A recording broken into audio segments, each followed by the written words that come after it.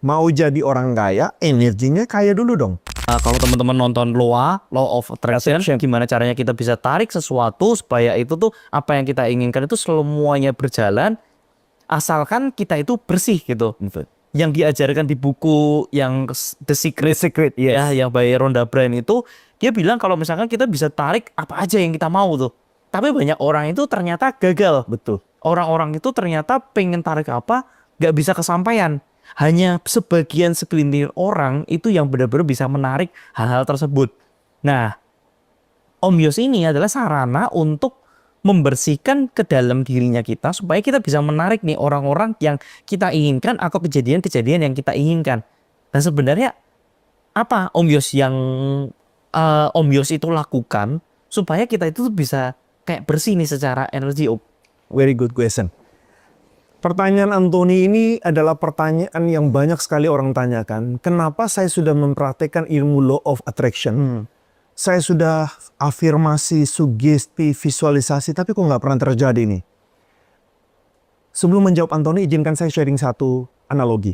Anthony pernah lihat lalat, Ya. ngumpulnya pasti sama lalat, betul? Adanya di tempat sampah. Lebah, ngumpulnya sama lebah. Kumpulnya pasti di bunga nih. Ya. Hasilnya bikin madu, propolis, royal jelly, polen. Bikin kesehatan dan kehidupan. Nah, kenapa si lalat nih ngumpul sama lalat? Karena mereka secara energi di dalamnya itu satu frekuensi. Dan frekuensi mereka itu cenderung untuk mencari bau dan sampah. Sedangkan lebah kumpul sama yang satu frekuensi. Yang cenderung untuk kumpul mencari nektar manisnya, nektar bunga, atau harumnya bunga. Makanya ada kutipan bilang gini, Ton. Jangan sibuk mengejar kupu-kupu, tapi ciptakanlah taman yang indah, maka kupu-kupu akan berdatangan. Kalau hari ini taman kita penuh onak duri, semak belukar, bambu, yang datang ya ular, tikus, kalajengking, kelabang. Masalah, kebangkrutan, kegagalan. Kenapa? Bukan salah semua yang di luar.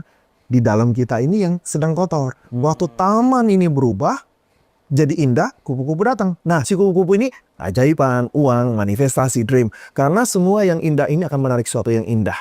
Mau jadi orang kaya, energinya kaya dulu dong. Kalau hari ini kita miskin, ya karena energi di dalam kita miskin. Contoh paling gampang nih. Kalau di kelas saya bilang, coba angkat tangan, taruh di dada. Terus kemudian bilang, saya orang kaya. Rata-rata nih, Ton ya, rata-rata. Pasti akan tidak berani ngomong. Atau ngomong suaranya kecil. Atau ngomong tapi senyum-senyumnya masem. Kenapa? Kalau saya tanya, kenapa kamu tidak ngomong? Kenapa? Malu. Kenapa malu? Rasanya nggak layak jadi orang kaya. Saya rasanya ngomong kaya itu, saya menipu diri saya sendiri. Saya merasa, saya ini orang miskin. Saya nggak layak kaya. Nah, getaran inilah yang membuat realisasi dalam kehidupan. Jadi